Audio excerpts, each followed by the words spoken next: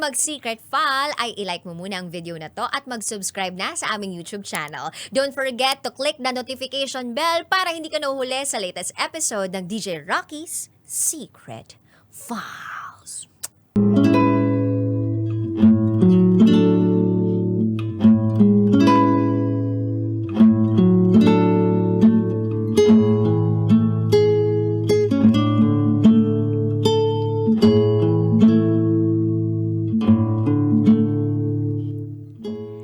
And now, it's time for DJ Rocky's Secret Files with Jello.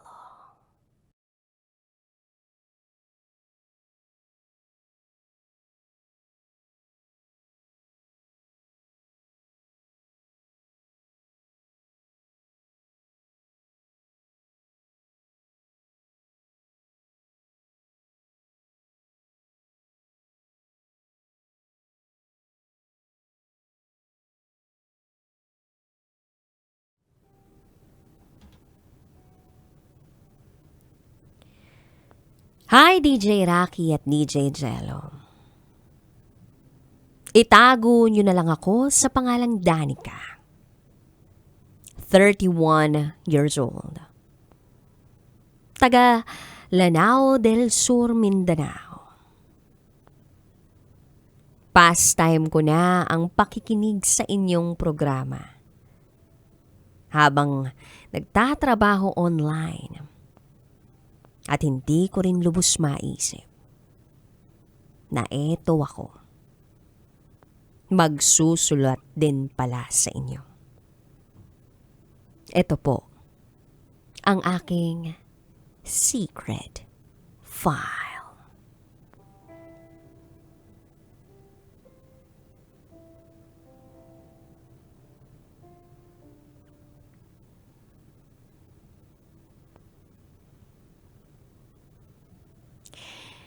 Meron akong kaklase na itago natin sa pangalang Nick. Kaklase ko siya from first year until fourth year high school. From classmates, naging mag-boyfriend-girlfriend kami. Open to our families ang aming relationship. Nakakatulog ako sa kanila. At ganun din naman siya sa amin. Pero never pang may nangyari. Because I really wanted na ibigay ang sarili ko sa taong mahal ko. Yung taong asawa ko. Nirerespeto rin naman yun ni Nick. Just to give you a quick background. I grew up in a Christian family. We serve in a Pentecostal church. Nadadala ko na rin si Nick sa church namin. Kaya sobrang naging close din siya sa pamilya ko. Year 2012, 16 years old ako, si Nick naman 15 years old, nang makapagtapos kami ng high school. Both of our families celebrated our moving up or graduation. Then few days after graduation, tinanong ako ng mami ko kung anong kurso ang kukunin ko sa college. That time, hindi ako sigurado. Kaya sabi ko mag-iisip muna ako. Then tinanong ko si Nick kung ano ang gusto niya. Pero sagot niya, ikaw. Kinilig ako. Pero syempre, sinapak ko siya ng mahina sa balikat niya. Sabi ko, sumagot ka ng maayos. And there, just like me, hindi pa rin siya nakapag-decide. Then one time, out of nowhere, biglang nag-text yung tito ko sa akin na taga Davao. Willing daw ba akong mag-school dun sa school na pinagtatrabahuhan niya. Na-excite ako. Kasi isa yun sa pinakamalaki at pinakasikat na school sa Davao. Sinabihan ko ang mommy ko. Pumayag naman siya, basta siguraduhin ko lang daw na pag-aaral ang atupagin ko. At maghanap daw ako ng church na same sa amin, na malapit doon. Kaya ayun, naghanda akong umalis. Kaya lang, ang pagkakamali ko, hindi ko pinaalam kay Nick ahead of time. Sinabihan ko na lang siya nung araw na aalis na ako. Galit na galit siya. Bakit daw hindi ko kinonsider yung nararamdaman niya? DJ Rocky at DJ Jello. Clingy kasi itong si Nick. Gusto niya palagi kaming magkasama. Rason din yun, kaya siguro gusto ko munang lumayo. Para ba kasing nasasakal ako? Ang higpit niya. Tapos, kapag natutulog ako sa kanila, pinipilit niya akong may mangyari sa amin. Kahit alam naman niyang ayaw ko pa. Palibasa kasi, sobrang mahal ko. At alam niya yun. So, tumuloy akong mag-Davao. Iniwan ko siya. Pero hindi naman ako nakipag-break. Gusto ko lang subukang manirahan sa Davao. Gusto ko lang huminga sa sobrang paghihigpit niya. Then nung nasa Davao na ako, halos everyday niya ako tinatawagan. Gusto niya pa na kapag matutulog na kami, nagtatawagan pa rin kami. At that time, wala pa namang messenger calls. Gusto niya pa na pumunta ako ng internet cafe para lang makapag-Skype. Kulang sa kanya yung 2 oras na nakababad kami sa computer. Sinusubukan ko naman siyang intindihin. Miss ko naman siya. Pero, nagustuhan ko talaga sa Davao. Social din kasi yung school na pinasukan ko. Pang-international. Tapos gusto ko yung circle of friends ko. Mga varsity. Isang araw, napansin ko na hindi na masyadong nangungulit si Nick. Hindi na humihiling na mag-Skype kami. Sinubukan kong intindihin. Nagpatuloy ako sa life ko. At ganun din siya. Hanggang sa nawalan kami ng communication. Walang contact. Tapos nabalitaan ko na lang. Nagkaroon siya ng girlfriend na bago. May parte sa akin na nasaktan. Kasi syempre hindi naman kami naghiwalay officially at walang closure. Tapos may iba na siya agad. Pero naisip ko rin DJ Rocky at DJ Jello. Nakasalanan ko rin. Dahil hinayaan ko siya at hindi ko siya ipinaglaban. 2 years passed. Umuwi ako sa probinsya namin. Sem break. Nakakamiss din kasi yung buhay probinsya doon. Parang ako nag-abroad nung nakauwi ako. At nung nandun na ako, naisip ko si Nick kung kumusta siya. Masaya ba siya? Kung okay ba siya? 3 weeks lang yung sem break noon, kaya dapat wala naman akong sasayanging araw. Gumala ako kasama ang mga pinsan ko, kasama ang iba pang mga kaibigan. Then mayayaang outing. Pagdating sa resort na tutuluyan, wala na raw rooms, pangbarkadahan. Kinagabihan, nag-gather na kami sa dinner. And guess what? Andun si Nick. Gumwapo siya lalo, lumaki ang katawan niya, tumangkad din. Kinabahan ako na para bang bumalik lahat ng nararamdaman ko sa kanya.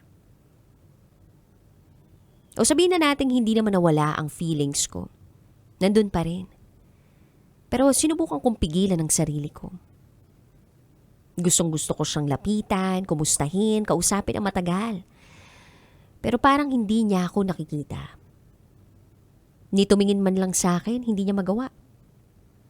Like, hello, Nick, bulag ka ba? Tiningnan ko si Jenna, yung isa sa mga close high school classmates namin. Nakasabay din namin dating gumala. Ang pahiwatig ko, anong nangyari dun? Gets naman ni Jenna yung actions ko na parang ang sagot niya, ewan. Tinaas niya lang yung balikat niya. Well, clueless talaga ako. Pero inisip ko din baka galit siya sa akin. Then natapos kami mag-dinner. Tumuloy kami sa cottage kung saan nagiinuman yung iba naming mga kasama. Kwentuhan tungkol sa mga buhay-buhay. Yung iba naman nagna-night swimming. Ako lang sa mga babae ang hindi umiinom. Tapos may isa doon na gusto akong painumin. Ayaw ko. Hanggang sa may humila sa akin. Sige na, konti lang naman eh. Then napansin yun ni Nick. Huwag niyong pilitin, hindi sanay yan. Doon lang ako napansin ni Nick. Pero ako naman tong pasikat.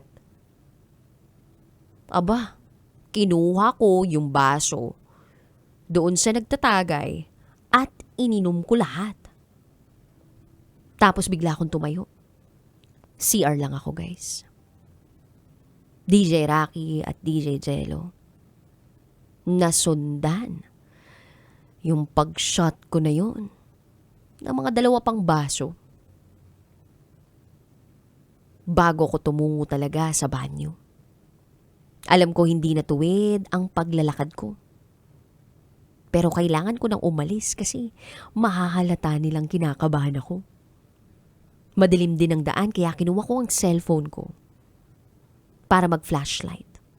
Kaya lang nabitawan ko. Then pinulot ni Nick ang cellphone ko. Hindi umiimik si Nick. Iniabot niya lang ito sa akin. Then sabi niya, wala bang thank you? Yung boses niya, ganun pa rin nakakakilig.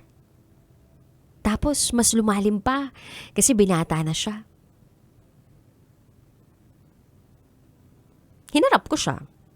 Nag-thank you ako. And then, patangu-tangu lang yung ulo ko. Grabe, hilong-hilo ako.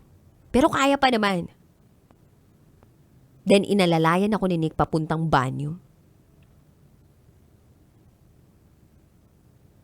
Paglabas ko ng banyo, nandun pa rin si Nick. Pero medyo may distansya. Akma ko na siyang lalapitan pero nagulat ako nang may lumapit sa kanya. At niyakap siya. Narinig ko ang sinabi ng babae. Babe, sorry, medyo late ha. Alam mo naman si Papa, ayaw talagang pumayag dun kapag overnight. Buti, napakiusapan naman kasi kasama ka naman daw. DJ Rocky at DJ Jello, parang naging sober ako bigla. Nawala yung hilo ko. Napalitan ng disappointment.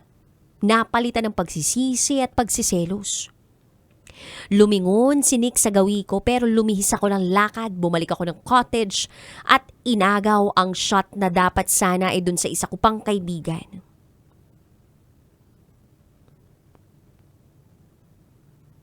Then, humiga ako. Humiga ako doon sa may buhanginan. Kahit tipsy na. Kasama ko si Jenna. Sabi ko, may bago na pala siya. Nilabas ko lahat ng hinanakit ko kay Jenna. Umiyak ako ng sobra. Then sabi ni Jenna, yan ka kasi. Bruha ka, pinakawalan mo pa. Papunta-punta ka pa kasi ng Davao. Hanggang sa tumulo yung mga luha sa mga mata ko. Tapos hindi ko na namalayan na nakatulog na pala ako.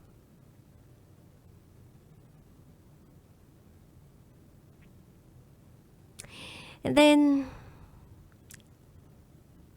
binuhat ako ni Nick. papunta sa isang room. At dun lang niya talaga ako ginising. Ang sakit ng ulo ko. Nasusuka ako pero walang lumalabas. Pinaiinom niya ako ng tubig na malamig. Dan doon na ako nahimasmasan.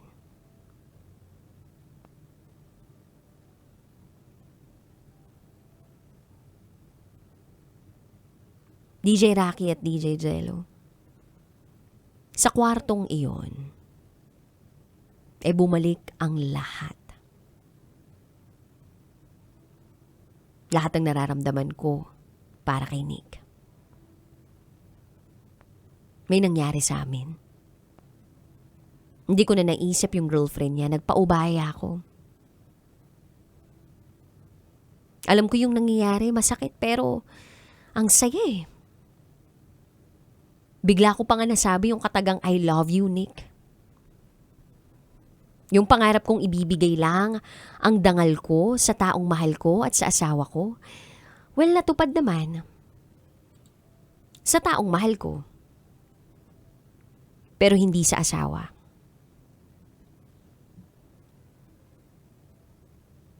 Kinabukasan, katabi ko na yung mga kaibigan ko. May damit na rin ako. Tandang-tanda ko kung anong nangyari sa amin ni Nick. Pero hindi ko na maalala kung paanong nangyaring nakadamit na ako.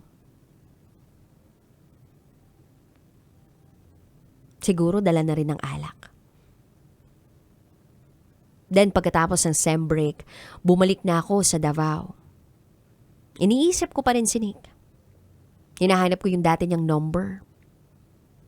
Kaso, nung tinawagan ko siya at merong sumagot sa kabilang linya, hindi niya boses ang narinig ko, kundi boses ng girlfriend niya.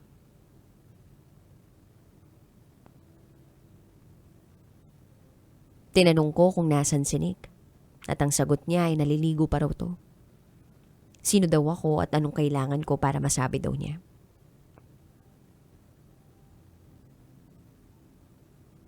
Sa isip ko, magkasama sila. Baka ganun yung gusto ni Nick. Yung palaging nasa tabi niya yung girlfriend niya. Napahinga ako ng malalim. At napaisip ako. Naibigay ko kay Nick yung iniingat-ingatan ko. May pagsisisi. Pero huli na ang lahat nang malaman ko na DJ Rocky at DJ Jello, sa ngayon ay nagtatrabaho ako bilang isang full-time VA and full-time mom sa anak namin ni Nick. Opo, nagkaroon ng bunga ang isang beses na pangyayari sa pagitan namin ni Nick.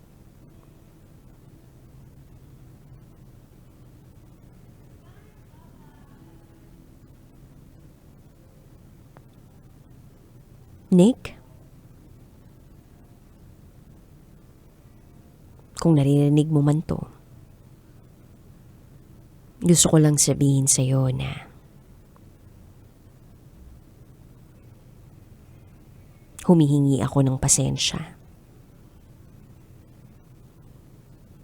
Pasensya ka na. First, sa paglayo ko sa'yo. Second, dahil hindi kita ipinaglaban. And third, dahil hindi ko pinaalam yung tungkol kay Nico. Yung tungkol sa anak nating dalawa. May sarili ka ng pamilya. At mahal na mahal mo sila. Kaya pipiliin ko na lang na wag nang sabihin sa'yo. And don't worry. Kasi napapalaki ko naman ng maayos si Nico. He is now 12 years old. At kung makikita mo siya, kamukha mo siya. Parang ikaw. Nung high school pa tayo.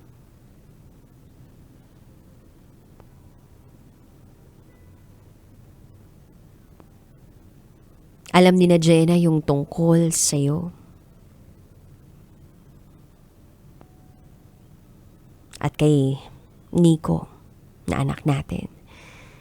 Pero, hindi ko na lang talaga piniling ipaalam sa'yo.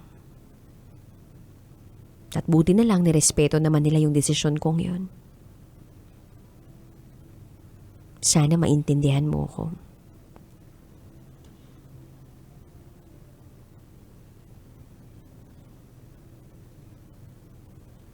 And to my Nico, I love you. Always and forever. I love you, my son. Pinagkaitan man kita ng panahon na makilala ang daddy mo.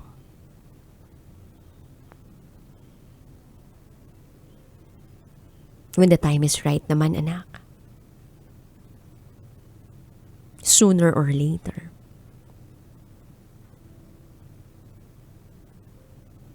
Baka si Lord na mismo ang mag-orchestrate na magkakilala na kayo ng daddy Nick mo. May mga pagsisisi ako sa mga desisyong nagawa ko dati. Marami. Pero isa lang ang hindi ko pinagsisisihan. Yun ay ang dumating ka sa buhay ko, anak.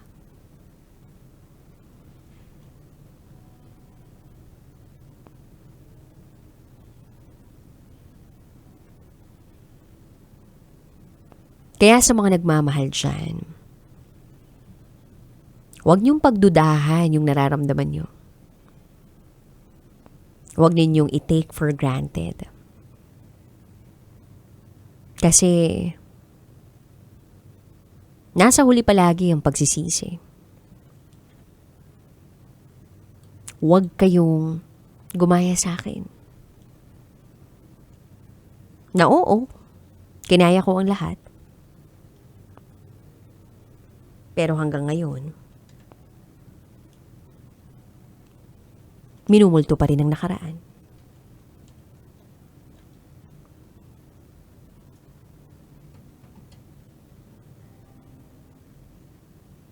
Maraming salamat po sa pagkakataong ibinigay nyo sa akin, DJ Rocky at DJ Jello.